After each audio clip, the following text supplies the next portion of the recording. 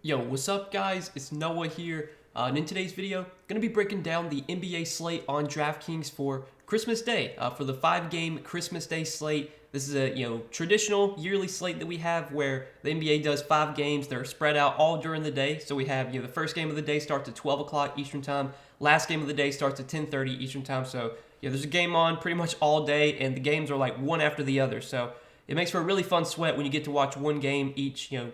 At like after it ends, when one game ends, the next game starts, and keeps going on.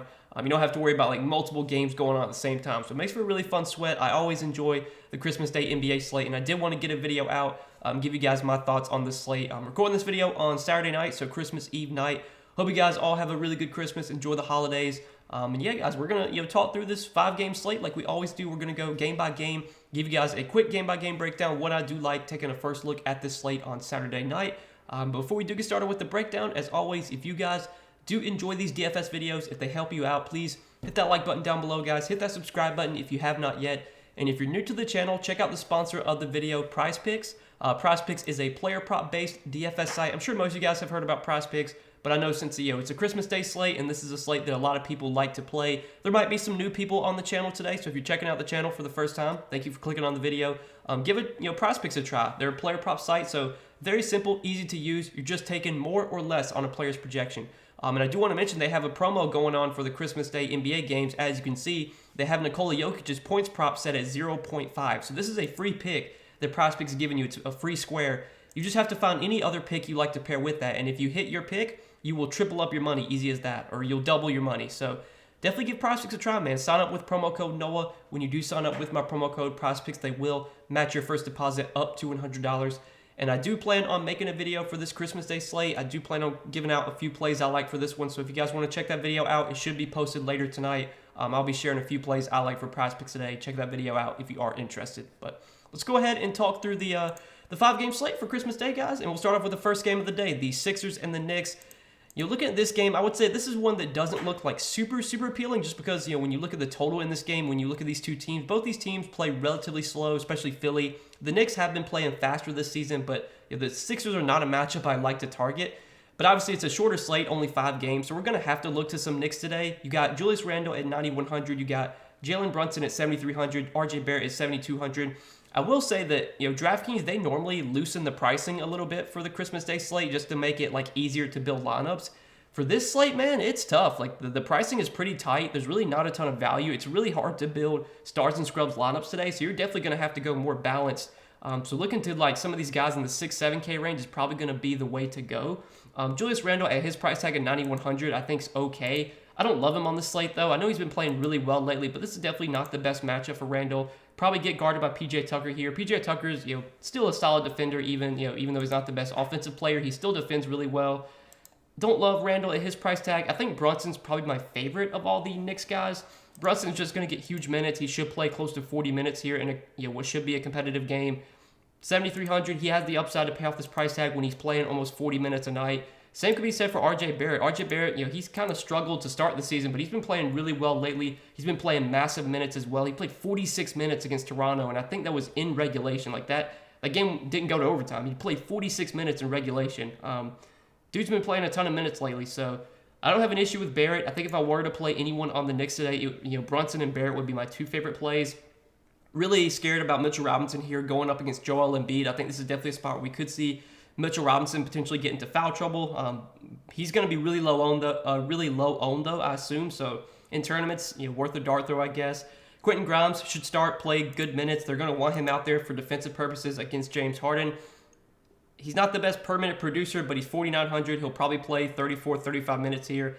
I think that puts him in play on a slate that really doesn't have much value. But that'll really do it for the Knicks. And then on the Sixers side, Embiid at 11,400. I'm not super interested in on this slate. I think there's other guys I'd rather pay up for, like Luka, like LeBron, Giannis. I think I'd prefer as well. Even Jokic, I think I'd put ahead of Embiid today. The Knicks have been a good defensive team against bigs. They've really limited production to opposing centers. So I don't think it's an Embiid spot in my opinion. Harden at 9,700, I could get behind. Harden had a huge game last game against the Clippers. He's been showing triple-double upside lately. He had 21 assists last game, triple-double, 71 DK points. Harden's going to play huge minutes. The price tag at 9,700, I think still makes him a viable option. He's probably my favorite play on the Sixers today. But then when you're looking, at like these mid-range builds, a guy like Tobias Harris at 6,400 is going to definitely look like a solid play on this slate. Tobias Harris has not been that great this season, and I really haven't played him much at all. Like, the only times I've played Tobias Harris this season have been when, like, Joel Embiid was out and when Harden was out. Right now, I don't really ever play Harris, but on a 5-game slate with little value, I think a guy like Tobias Harris at 6,400, if he can give us, like, 35 DraftKings points today, that could definitely be enough. I'm just kind of shaping up, or kind of looking at how this slate is going to shape out with, there not being a ton of value. Getting 6x from your mid-range guy, like, that could be good enough on a day like today. So I don't hate Harris at 6,400. Melton probably going to pass on, though. The rest of the Sixers I'll avoid today. I think so. So let's go ahead and move on to the next game, talk about the Lakers and the Mavs. I would say, this is probably one of the more appealing games on the slate. We'll start off on the Dallas side. So really good spot here for Dallas. Obviously, the Lakers play at a really fast pace. They're not the best defensive team either. I think this is a great spot for Luka. I mean, I don't know who the Lakers are going to put on Luka.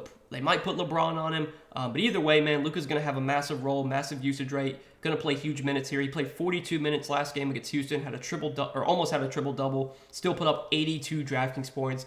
I mean, I think it's a really good spot for Luka. The only issue that I have with Luka is that he's just really expensive and there's no value today. But I think Luka is firmly in play. Christian Wood has kind of been disappointing lately, but I feel like this is a pretty good spot for him going up against, the Lakers without Anthony Davis. Thomas Bryant, I think obviously, not nearly as strong of a defender as Anthony Davis is. So Christian Wood is 7,900. I could get behind. Again, he's not been good lately, but he's been starting. He's been playing decent minutes. As long as he avoids foul trouble, I think he gets like low to mid 30s minutes. He should be fairly low owned on a slate like this at this price tag. So I don't even mind going to Christian Wood. Like right now, Spencer Dinwiddie's projected to be really popular. I guess because of his price tag and the matchup, I kind of understand it. He's going to play pretty good minutes. He's not been very productive lately, but again, it's a really, really good matchup. The Lakers play at a really fast pace, so I could definitely see Dinwiddie having a good game here. The price tag is what makes him so appealing, just because this is, again, like there's just no value on this slate. It's really hard to build stars and scrubs lineups. You almost have to play these 5K, 6K, 7K guys, and a guy like Dinwiddie on this slate really stands out as a good mid-range option. So I think Dinwiddie's fine. I think not Thomas Bryant, but Tim Hardaway at 5,300 as a value, I don't hate. He's going to start, play 34, 35 minutes. Not a guy that really offers a ton of upside when he's playing with Luka and with Dinwiddie, but the minutes are strong. The usage has been okay. He's going to play good minutes, and the matchup's really good. The price tag also is not too expensive either. So I think Tim Hardaway's in play for value, and that's probably it from the Mavericks. I definitely think my favorite plays here are Luka, Dinwiddie, Hardaway, but even Christian Wood I do have some interest in. And then on the other side with the Lakers, so obviously no Anthony Davis for the Lakers, so we can expect a really, really big role for LeBron. I think 10,500. Again, like it's hard to pay up for those 12K studs today, but a guy like LeBron at 10.5, you can definitely get into your lineups. And LeBron, I think, has just as much upside as a guy like Luka and Giannis. We haven't seen like a massive ceiling from LeBron, but he's been super, super consistent. He's given you a really high floor. And right now, with how this Lakers offense is set up, I mean, the offense is going to run through LeBron. He's going to take all the shots. He's going to do all the heavy lifting. His scoring, his rebounding, his assist numbers have all been great lately. At 10.5, I definitely like LeBron here, even though the matchup, against the Mavericks is like not the best. They aren't going to be without Dorian Finney-Smith, who is one of their better defenders. Not having Dorian Finney-Smith, I think, definitely makes this a slightly better matchup for LeBron. So I do like LeBron quite a bit. I think Westbrook at 7,400 is okay, but don't love him on the slate. His minutes were not super high last game, and his return from injury, he only played 25 minutes. If he could get like 30, 32 minutes, I'd have a lot more interest in Westbrook, but they've kind of been keeping him like in the mid-20s, which does kind of cap his upside a little bit. But his production has been really good without Anthony Davis. He's been like a 1.25 fantasy point per minute player without Anthony Davis this season. But the minutes are just my concern. Like he's not playing like 34, 35 minutes. He's only playing like 24, 25, which obviously, if he's only getting 25 minutes, it's hard for him to really pay off a $7,400 salary. Thomas Bryant, though, I definitely like. I think, him and LeBron look like two of my favorite plays from the Lakers. Bryant, production's been solid in the games he started without AD. Minutes have been pretty good as well. I think this matchup against Christian Wood is definitely solid for Bryant here. So 5,600, I still think this is a pretty solid price on Thomas Bryant. I think he has the upside to pay off this price tag when he's playing 32, 34 minutes a night. He definitely, he's a fantasy point per minute player. And at 5,600, he looks like a really good option. The rest of the Lakers, though, like Lonnie Walker, Dennis Schroeder, Austin Reeves, don't love these guys. I think Austin Reeves is kind of like a GPP value is fine. We've seen Austin Reeves have a solid role with the Lakers this season. He's not a guy that has shown much upside, but he's cheap and he's going to probably get like 25, 30 minutes off the bench. If he gets hot from three, if he lucks into a couple rebounds, couple assists, like you could get 25, 28 DraftKings points from Austin Reeves. And at his salary, if he puts up like 28 DraftKings points today, that might be good enough just with how thin the value is. So don't hate Austin Reeves today. I think at 4,100, he is playable today. But that'll do it for the Lakers. I think that's everything I like there. So let's go ahead and move on to the next game, the Bucks and the Celtics. Another exciting game to watch. On the Boston side, you got Jason Tatum at 10,900. You got Jaylen Brown at 9,400. You guys know when it comes to the Milwaukee, the big two, or excuse me, the Boston big two here, I usually don't really ever prioritize paying up for Tatum or Brown when they're priced appropriately. And I think on this slate, they're both priced appropriately. But Tatum has been a matchup-proof player this season. He's playing at an elite level. He's going to play huge minutes here in what should be a competitive game. I don't love the matchup against Milwaukee. Milwaukee's got some good defenders. They play really good team defense overall. But Tatum is fine if you want to go there. Jaylen Brown at 9,400 is fine. Don't love either one of the Boston bigs, though. They're big two, I should say. And then Marcus Smart, I believe, is probable. I think he's expected to play. He is expected to play. Smart's another one of these guys, like, he just doesn't offer like slate breaking upside. It's really rare for Marcus Smart to go out there and put up like 45 and just like completely bury you. But he'll probably give you like 30, 35 DraftKings points, which at his price tag is definitely solid. He's another guy that's projecting like a really chalky play just because he's a mid-range option that can get you 6x value. And that's kind of how this slate is shaping up. If you can find a good mid-range play that can get you 6x, like that's kind of the way this slate's approaching. Again, it's really hard to build stars and scrubs lineups today. So I normally don't get excited to roster Marcus Smart, but I think on a slate like this with minimal value, he kind of looks solid as a mid-range option at 6,100. The rest of the Celtics, though, Malcolm Brogdon, minutes have been trending up for him, which is good to see. He only played 17 last game, but he's been playing like 30 minutes as of late. If he can get close to 30 minutes here, I think he's got some upside. It is a revenge game as well. Don't hate Brogdon as a value. I think he is playable. Al Horford had a really big game last game, but I think a lot of that had to do with Robert Williams being out. Robert Williams is back for today. Probably not going to chase the Horford game. I'll let other people chase that. I'll probably be off of him with Williams back. Williams I do want to talk about because he's really cheap. He's only 4,300. We saw him get up to 22 minutes in the last game that he played, and Robert Williams is a really good per minute producer. He put up 27 DraftKings points in those 22 minutes. I don't know how many minutes we get from Robert Williams today, but if we can get like 24, 25, 25 minutes from Robert Williams at 4,300, he's got the upside to pay off this price tag in only 25 minutes. So I actually kind of like him as a value play. I'll be interested to see like what his ownership is. Like right now, he's projected to be like in the mid-20s in terms of ownership. If he's like 20, 22% owned, I think I'd be fine playing him in tournaments. I don't think that's like too high of an ownership. If he were to be like 40, 50% owned, then at that point, I think he's just a guy you can avoid just because it's hard for him to kill you when he's on a minutes limit. But I definitely think he can get you 26, 27 DraftKings points if he plays 24, 25 minutes. And again, on this slate, getting 6x value is going to be good, I think. So I think Rob Williams is definitely in play for value today. Not really looking to anyone else on Boston, though. And then on the other side with Milwaukee, Giannis here at 12,400. Don't love the matchup against Boston. I think Boston has historically done a pretty good job at slowing down Giannis. And I think Al Horford has been like the primary defender on Giannis, especially with Robert Williams back. Like, I think this is a pretty tough matchup for Giannis. But, Giannis is a matchup-proof player. I think his ownership will definitely be lower today than, some other studs. Like, I think Luka will get more ownership. I think, LeBron probably gets more ownership. I never have an issue paying up for Giannis, but I don't think this is a slate where I'm really going to prioritize him. If I was just playing one lineup today, I doubt Giannis would make my one lineup. I think there's other guys I'd rather play. But obviously, Giannis is viable if you're making a lot of lineups. Drew Holiday, 8,100, I think is fine. Chris Middleton's doubtful once again, so we can expect a pretty good role for Drew Holiday. Playing with Giannis this season, he's been a tough guy to predict. Like, we've seen Drew Holiday have big games. We also have seen him really disappoint. I would think without Middleton, it's more likely that Drew has a good game here than not. But obviously the matchup's not the best. The price tag feels about right. I'm not super interested in Drew. Portis is 6,800. I'll probably avoid. The rest of the Bucks I'm not super interested in. Like, I don't like much on this team today besides Giannis as like a tournament play.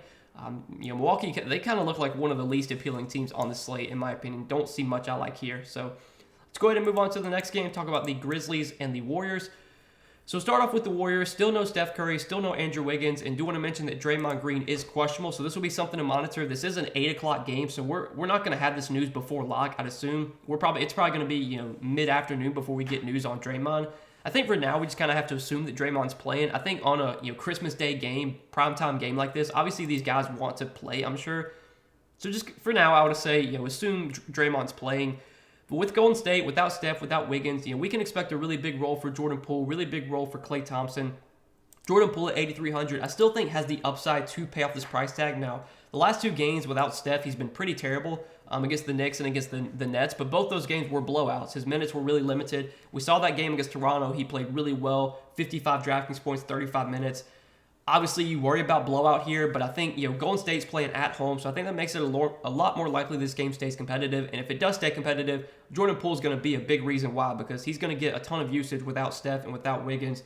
I still have some interest in Jordan Poole. I think Klay Thompson looks like a solid option as well. His usage should be really strong. He should take a lot of shots here. He's not a guy that I love playing because, if Klay Thompson is not hitting his shots, he's not really going to do anything else. He's not a guy that really grabs a ton of rebounds. He doesn't really get a ton of assists. But he's going to probably take like 15, 20 shots. And another reason I think, if this game stays close, I think Klay Thompson would be another reason why. It's a lot more likely that if the Warriors keep this game close, that means one of Klay, Poole, or both of them is having a really good game, because that's where a lot of the offense for Golden State is going to come today, is from those 2 guys. So I still think Poole and Klay are in play here. I think it makes sense to, if you do play Poole and Klay, maybe you play someone on the Memphis side, because in a scenario where Poole and Klay both have good games, or one of them has a good games, that probably means that game's competitive. If Klay and Poole both do really poorly, that probably means they're getting blown out because they just don't really have much offense from anyone else. Dante DiVincenzo's been providing some offense lately. He's been starting, but his price tag is up to 6,400. So at 6,400, I'm not like super in love with Dante DiVincenzo today. Again, Draymond, if he plays at 5,800, I don't mind. Draymond, he's a guy that I hate playing in DFS just because he just never shoots the ball. And in order for Draymond to have a good game, like, he's got to get rebounds, he's got to get assists, he's got to get defensive stats. It's so unlikely that he goes out there and puts up like 20 points. He's going to have to get there on peripherals and defensive stats, which he can always do. At 5,800, like, I think Draymond's okay, but I'm not like super in love with him today. The rest of Golden State, Kuminga, I think I'd only be playing if Draymond got ruled out. Other than that, I'm not interested in Kuminga. Probably not going to go to Looney. I think that really much does it. That pretty much does it for Golden State. And then on the Memphis side, we did see Desmond Bane return last game against Phoenix. He kind of played limited minutes, but it was also a blowout. He played 24 minutes. Now that Desmond Bane is back, that definitely caps the upside on guys like John Morant, Jaren Jackson Jr., Dillon Brooks. I think all those guys look a little bit less appealing with Bane back now. And obviously they were all kind of priced up for when Bane was out. I think the one guy on Memphis that I could still see playing here would be John Morant, just because John Morant has so much upside and he can put up a huge game any night. And I want to say that he has some pretty big games against the Warriors last season and like in the playoffs. The Warriors, they play at a fast pace. They're not especially without Wiggins, their defense is not the strongest. It'll probably be like Dante DiVincenzo that guards John Morant here, and that's obviously a matchup that Ja can have plenty of success in. So this should be a really fast-paced, high-scoring game, and if it stays competitive, I think playing like John Morant and Jordan Poole together, or playing John Morant and Klay Thompson together, I think that makes a lot of sense, because in a scenario where this game is competitive, Ja's going to be probably a big reason why, or a lot of Memphis's points are going to come through Ja if it's a competitive game. A lot of Golden State's points are going to come through either Klay or Poole if it's a competitive game. So kind of correlating those two guys together, I think does make some sense. But Bane, I'm not really interested in, with him kind of limited right now. Jaren Jackson Jr. at 6,600, probably going to pass on. Dillon Brooks at 6K, I'll probably avoid.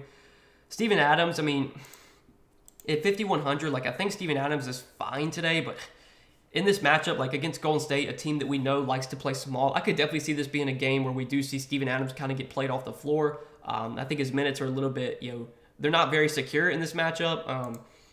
But at 5,100, if he does get 30 minutes, he's got upside on the salary. In this matchup, man, I think it's really unlikely that you see Steven Adams play huge minutes.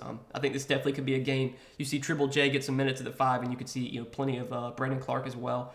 But that'll do it for that game. Let's go ahead and talk about the last game on the night, Phoenix and Denver. So the Suns and the Nuggets here. We'll start off on the Denver side. Nikola Jokic at 12K.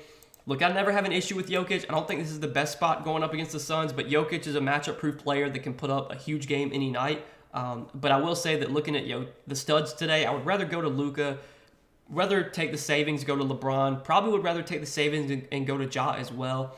I don't see myself forcing in Jokic today, but if you're playing a lot of lineups, obviously it makes sense to get some exposure to Jokic just because of the upside he has.